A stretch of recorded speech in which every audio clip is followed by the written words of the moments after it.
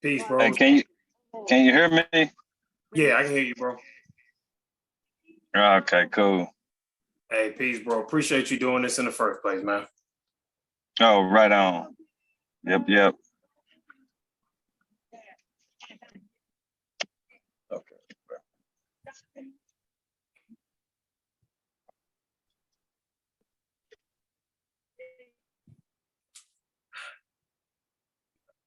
Everything good? Can you hear me? Yeah. Okay. Chingy, how you feeling today, man? I'm feeling good, man. I'm feeling great. You know what I'm saying? Just out was running some errands, and that's it. As we sit here right now, my damn uncle, he wiping my car off. Singing some songs he wrote. And that means you out here amongst the people, bro. I appreciate you. Oh yeah, the people always, because where I'm at right now, I'm on my old dude house, my father's house, which is my granddaddy house. Everybody grew up in. I even grew up here in what we call U City. I know you might hear Murphy Lee, St. Louis Citizen, always talking about U City. And so I grew up over here too. And so yeah, people know I'll be out here. You know, they drive past and come say hi and everything. So yeah. Damn. Bro, I let me start by asking you this then, since you mentioned it, man. It's been basically 20 years since you dropped your first album, and not many people can still say that they can just go around and the people still show them love. Like, how do you feel about the response that you get from people after all this time? How I feel about the response I get from people after all this time, it's just a great feeling, man. When coming from where I come from, doing music since I've been 6 years old and wanting to be in the entertainment industry, music industry since I was a kid, and to know that the music was so legendary and so appreciated that 20 years later, after my first album came out, they still appreciate it and still show me love. And a lot of those records, people tell me a lot of them records are the theme songs to their life, the theme album to their life. People tell me that Pulling Me Back helped them with their marriage, and different things like that. So a lot of college people tell me about stories about what they did when they was listening to Holiday Inn. And same as for One Call Away, and same for Right There. So the response is always great. People appreciate it when it's classic, good music. It's like an antique car. The music is classic like that. And so it's a beautiful thing with me, man. I just appreciate that they appreciate it. Chingy, you wrote that album, man. You were, in your 20s, your early 20s, man, and you were living a life. Actually, Right There, I wrote that first verse and a hook when I was 16. So that was 96. Yeah. A lot of music was a little older. Okay, so Right There is one of those songs that you had on the demo that you mentioned, right? Yeah. It was on the demo that we sent off, just the first verse and the hook. But I did write the other verses, current at that time in 2002. Got you. No, thank you for correcting me on that. Mm-hmm. Man, I want to ask you, when you look back at that time and you look at the journey that you've been through mentally, physically, your knowledge, your spirits, all the things that have evolved from you, what emotions come to mind when you listen to that album? Do you feel a sense of regret? Do you feel a sense of pride? Like, what emotions come to mind when you listen to the album? What emotions come to mind when I listen to that album? Love, hard work, prosperity, and progress. There's nothing to regret with that album to me. Everything that I wanted to happen and accomplish happened. So that is that album is set in stone. It's set in stone. I called it Jackpot because I wanted to win big. And that happened. And not just win big because I'm a materialistic individual or nothing, because I'm not. But win big because I worked so hard for it to get to that point. And so I felt it was well deserved. And it's not like I was just the most wealthiest individual on the planet. And so, yeah, I struggled in my life, but I never was like a bum or anything. And I did for myself, but I felt it was time for me not to have any financial worries. and to be doing something I love. So when I called it Jackpot, I really wanted to hit the jackpot. And that's what happened. Man, that's exactly what happened. Cause you talk about it a lot. I remember when I was listening to it in high school, like, dude, you had 3 monster hits on one album. Yeah. Shit went platinum off the But gate. the whole album, it was way more singles on there. Like we was supposed to come out with Chingy Jackpot as a single. Like we could have rolled that album out as another second album. We could have dropped 3 to 4 more singles. But when you're dealing with record labels, they like to cut stuff off and go to the next project so soon. But we could have really rolled that out. Man, it's and funny made it go 10 times platinum. It's funny that you mentioned that because I was listening to it again this week, and I was listening to it just like you said. I was like, dang, it was about 2 or 3 tracks at least that you could have stretched out and probably done video. You could have almost done about 6 videos. We did a video for Chingy Jackpot. Chingy, why your eyes so ching? We did a video when we shot One Call Away. We shot that at the same time. Soon as we finished shooting One Call Away, we shot that because we was gonna make that a 4th single. But like I say, record companies. But yeah, so we was thinking like that. Damn. Chingy, let me ask you, man. The whole album is basically produced by the Track Stars. How did you meet them, and what made you decide to trust them with your whole project, your debut album? How did I meet the Track Stars? I actually been knowing Sham from the Track Stars. Me and Sham, because Sham was an artist. He was in a group called Out of Order. And so we used to always be on the talent show circuit and all of that, performing. So that's how I know Sham. Zoe was friends with Sham. When I seen Sham at a gas station in like 2000, and I think it was 2002, like the summer of 2002. I seen Sham at a gas station. And he was like, man, yeah, come get with me. I got some tracks and stuff. So I was like, all right. And I remember that because we was at a gas station, me and my homeboys, we was about to fight some little dudes. So we was about to get into a scuffle when we seen Sham. It was hilarious. But and so I got his number and everything. And then I end up calling him. Now keep it in mind, I want people to pay attention because this is the summer of 2002. The summer where I just saw Sham at a gas station. By December 14th, I had my deal with Disturbing the Peace Capitol Records. In between that little time, we was working and put together this demo, about 4 to 6 records. Some songs not finished, some's finished. Somebody hit back from Disturbing the Peace, Shaka, and was like, tell them to finish that song right there and then get it pressed up and get on, we put on vinyl, got it shipped out. Right there is the biggest #1 song next year, 2003. So do you see the timeline? Bro, that's a summer of 2002, I saw Sham randomly at a gas station. And he said, hit him up, he got some beats. By December 14th, I got this deal, Disturbing the Peace Capitol Records. 2003, right there is the #1 song in the country. Destiny. If God ain't real, man, I don't know what is. Man. Yep. So, Chingy, let me ask you this, man, because I'm going back and of course, everybody's asked you about the hits again, but I'm just curious still. Right there, One Call Away, Holiday Inn, those were the 3 big singles. Man, what made you decide when you heard, One Call Away, what made you decide to say, I'm going to get Jason Weaver to do this instead of any other R&B artist? Well, actually, how Jason Weaver got on that track is a couple artists were demoed. I believe Marcus Houston, I think was Jay Holler. I think it was Marcus Houston, somebody else, and Jason Weaver. But Jason Weaver was picked because his version sounded the most appropriate. That process, DTP had more to do with that process than me. So I didn't know really the ins and outs on all of that. I just knew Jason Weaver version was the most appropriate version for the sound, and that we went with Jason Weaver.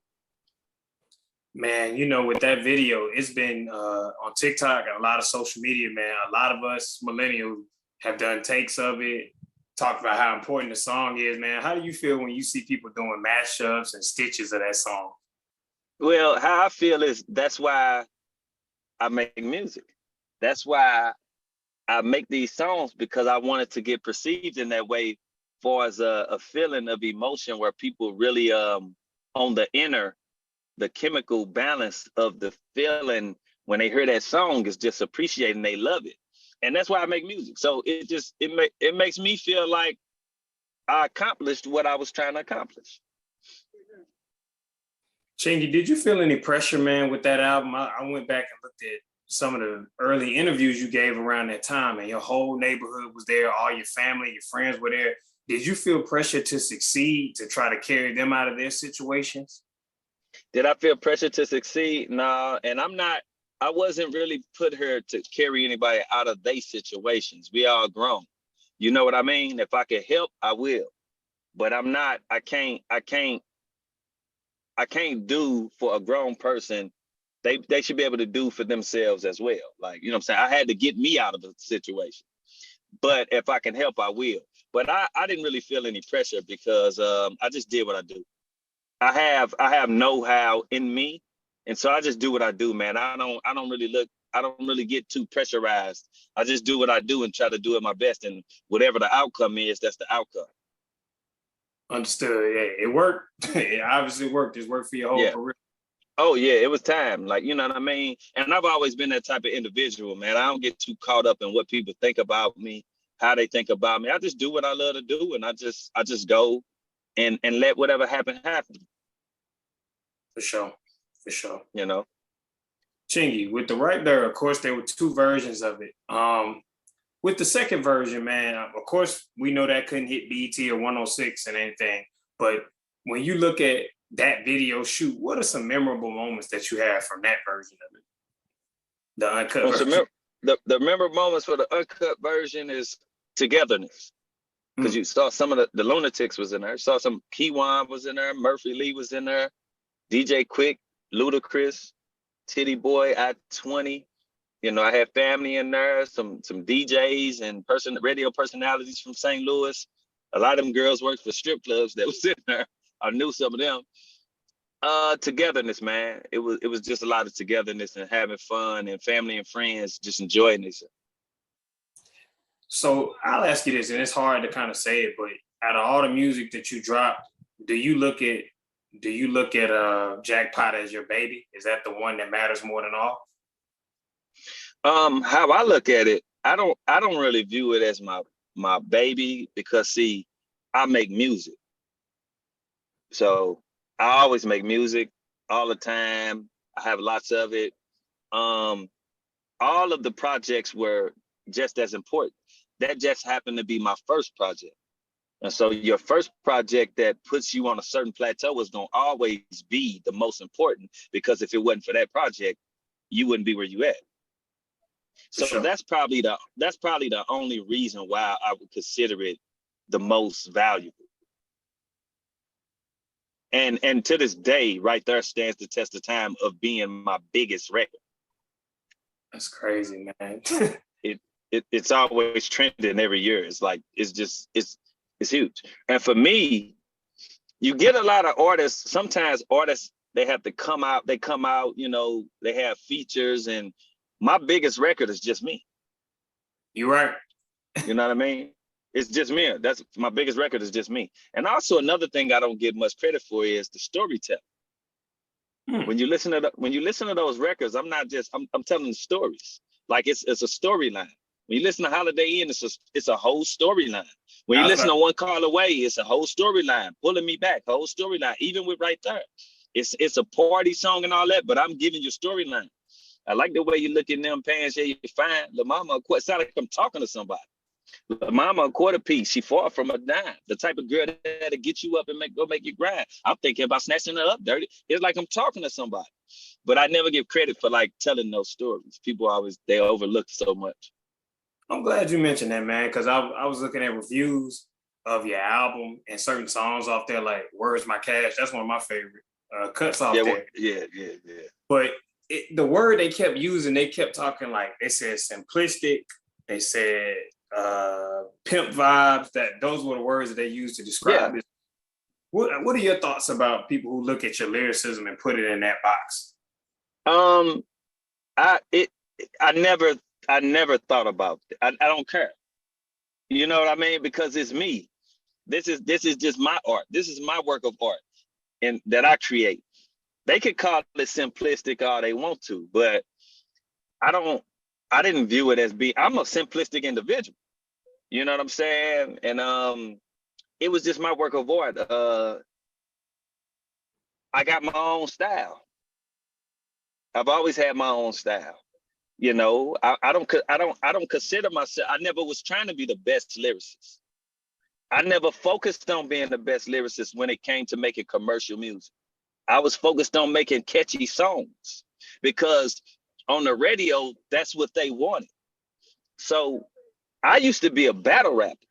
I Yeah. came up as a battle rapper. When I found out how I needed to get on the radio was to make catchy commercial songs, I transitioned because that's what I want. That's the way I wanted to go. And when you listen to that music, that's exactly what you get. So this was all by design. I used to be complex with my battle rapping and big words and but as you can see, they don't get battle rappers in the music industry. Nah, they don't. Right or wrong? Nah, that's real, man. They don't get deals off of that. So I had to transition and do something different. And so that's what I did. And I made hit records that are very catchy. So when somebody's saying simple and simplistic, all of this, I never cared about the lyrical content as much as I cared about making a great record. But when you dig deep down and listen, I am talking about something. That's the thing I think is important that you mentioned because it's Holiday Inn is a whole story.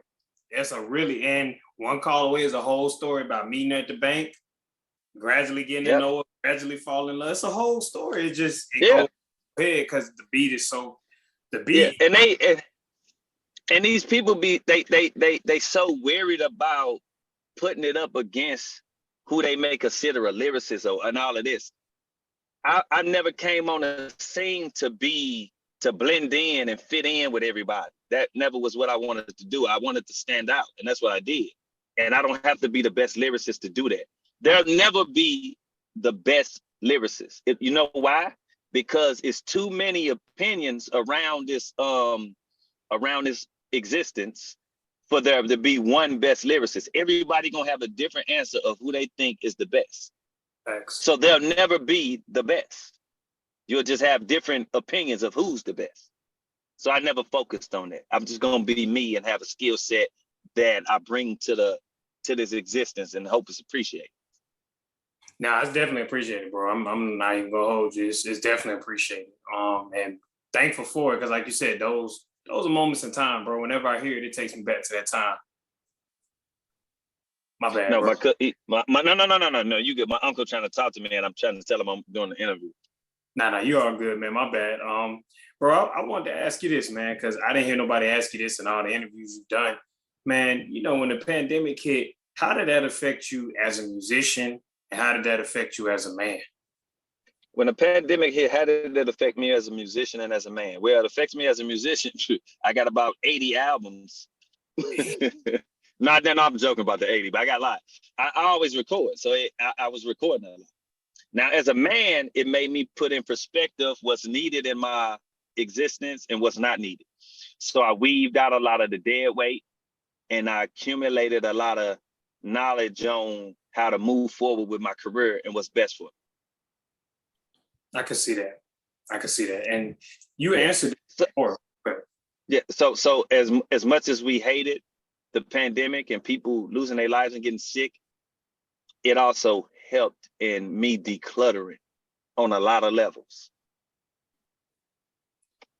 It did. And Chingy, I'm glad you mentioned it earlier. You already referenced it, but I was going to ask you, man, like, you know, when I listen to your recent music, I can tell, like I said, spiritually where you're at, mentally where you're at. I know you can change what you did at, 22, 23, But how would a conversation with a 22, 23-year-old Chingy sound now, if you could talk to him? If I could talk to a 23-year-old Chingy, I would just give him some Jews on how to set up the people around him, the business around him. Tell them to stop, to use a condom. Yeah, tell them to use the goddamn condom, and keep people around him that has his best interest, and not just around for fame and money and trying to get to a certain place, off his dime. And just and cut the grass and see all the snakes and weave out all the snakes. I would tell him to mentally restructure and strategically map out where you're going. Chingy, you hit the jackpot literally with your first album. What's the difference between Jackpot and Powerballing at this point? The difference between Jackpot and Powerballing was exactly what it said. Hit the jackpot, now it's time to Powerball. Now it's time to go have fun, spend some money, and enjoy yourself. While dealing with the struggles of losing loved ones and different things. And if you listen to that album, that's what it's talking about. That's what it's doing. And it was a great album. It's a great album. Powerballing was damn near better than Jackpot. I can believe Capitol just didn't know how to promote it. They didn't know how to present it right. And so it didn't get and I still had a #1 record with Baller Baby, the remix, and Baller Baby, the original did great, but the remix went #1. And it still was a great project. Capitol just dropped the ball on that project. Man, you've been real honest about your struggles with the label, man, and different people in the industry. And so let me ask you, how has life been as an indie artist, and what challenges have you experienced as managing your own career now? How has life been as an indie artist, and what was the challenges of managing my own career? It gets tough when you're not with the major labels, man. You don't get the big perks of the Ellen DeGeneres, the big TV shows. You know what I'm saying? The big late night shows, the rotation on the radio all the time, all of that stuff you don't get. So it could, just because you don't have the major record deal, it can make people think that you washed up. It can make people think that you just dropped off the face of the earth because you're not as visible, or they don't hear you much. That's why I always encourage the consumer to follow the artist. You know what I mean? Don't follow because he's on a record label and all of that. Follow the artist and support the artist. So just like they were supporting the artist who was signed to the major record label, support the artist who's now the record label and who's independent. So it's definitely challenges because it's big money at play. When you're an independent artist, sometimes you don't have the big money to foot the big bills, but you do what you can. And you stick with it, just like I'm doing. Like I said, man, I'm one of them people who I do what I do what I can, and I just keep moving forward. And I try to stay in the moment. You know what I mean? Stay in the present. And I appreciate what I get out of it and what I don't get out of it. Respect. Man, Chingy, I was over there listening to Chinglish, before I got on the phone with you. I was hearing some of the singles, Rewind Time and Ballin', which is really introspective. It's really the most introspective I've heard, I think. How does it feel for you to be able to make the music you want and to be able to talk about what you want and people still check for it? You know what? How does it feel? Well, for one, everywhere I go, people love Chinglish, and they come up to me and tell me they really like Chinglish. Like, for real, it's getting received very well, and it's doing great. It's doing great. You know what? It's just a blessing. It's a blessing, man, because those are songs I pieced together. I pieced them together. I just thought I went from a little party music to some of my real life, what's going on, trials and tribulations in my life, dealing with this generation and try to inspire them with do your thing, young, do your thing. That's what that was all about. I got everything, which I can be a little political on there and just talking about things going on in the world. Can be intense balling, but through spiritual currency, not material wealth. So balling is just me taking you through the beginning stages of some things that happened to me growing up and on my journey and where it led. And that's spiritual currency. Twister on She Do It, you know, just dance music, club music, party music. They can play in a strip club or a regular club, just having some fun. Can't Blame Me, trials and tribulations, people trying to sabotage my career, people putting fake rumors on me, lying on me. And I'm just saying, you can't blame me because I'm still out here doing what I love to do and with overcoming all that bull crap. You know what I'm saying? That Good, if you like One Call Away or Putting Me Back, That Good is one of those sexy records from Chingy. You'll love that. You know what I'm saying? And so it's a great project. Chinglish just means my truth, my way, my doing, my know-how, my terminology, my existence. And so that's what Chinglish represents. And man, it's just a blessing that it's being perceived as well as it's been perceived.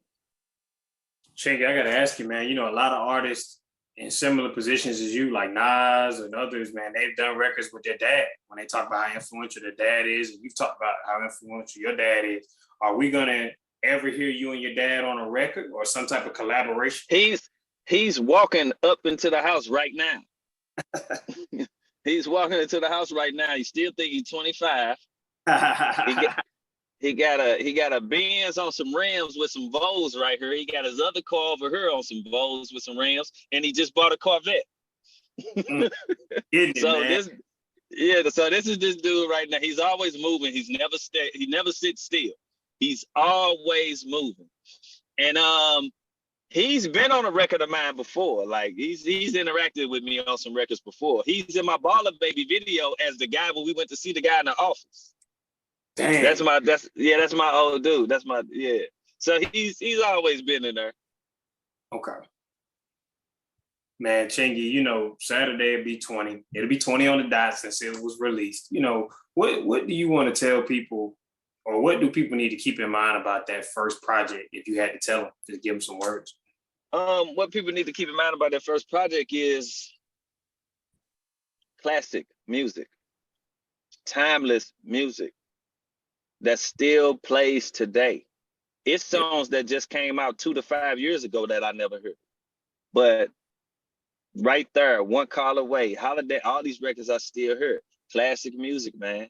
And that's what it's about. And staying dedicated to what you love to do. It's a work of art. It could never represent creations art that we see every day, but it's a work of art. It's a work of art I put together. You know what I'm saying? To put on a canvas. And it's classic. It's like an antique.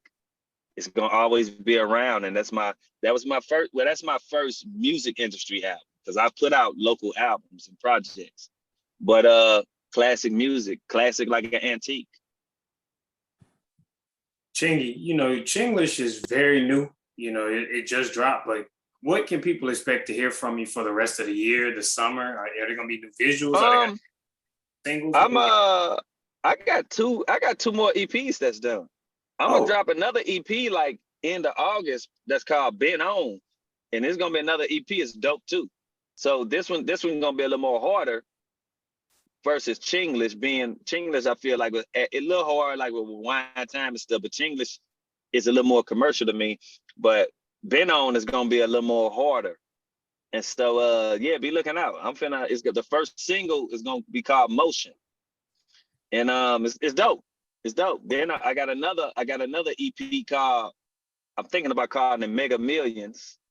Ooh. that I'm gonna drop later on. And this, you know what I'm saying, this is gonna be real hard. It's hard. It just gets better. Man, Chingy, what's the best way for people to follow you? Because I checked your Twitter. I didn't see it as active now. So I never, you know what, man, I'm gonna be honest with you. Ever since that rumor in 2009. Yeah, that's right. Where the individual lied on me, and how Twitter like really went hard on that. I never liked Twitter since then. And so I never was active really on that. Got you. You know what I mean? And so the Instagram at Chingy, TikTok at Chingy, Facebook Howard Chingy Bailey. Hit up my YouTube Chingy Full Deck. Now you on Threads, the Instagram. That's like the new Twitter. I'm gonna be on there though. Yeah. At Chingy. You know what I'm saying?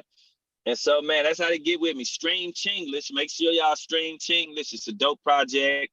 It's being received well. Go follow me and stream Chinglish. Promote the music. Repost the music. And that's how you get in touch with me, man. Chingy, I know you're a busy man, so I got one more question, man. You probably said it. Who do you think at this point for your career, that first project success, who do you want to thank for all this time? Who I want to thank for all this time? First, I want to thank the fans for appreciating me and being a part of my career. I want to thank all the individuals such as yourself who take time out to speak to me and let me speak my truth. I want to thank each and every individual that has something to do with my albums, from the president of the record labels to the A&Rs to the everyday radio workers to the street team people who did some promotion for me. I want to appreciate family and friends who had my back. I want to appreciate the people who disliked me too, because I like to take like and dislike and balance it out. So the people who dislike me are just as much as important as the people who like me. You know what I mean? And so it has to be polarity.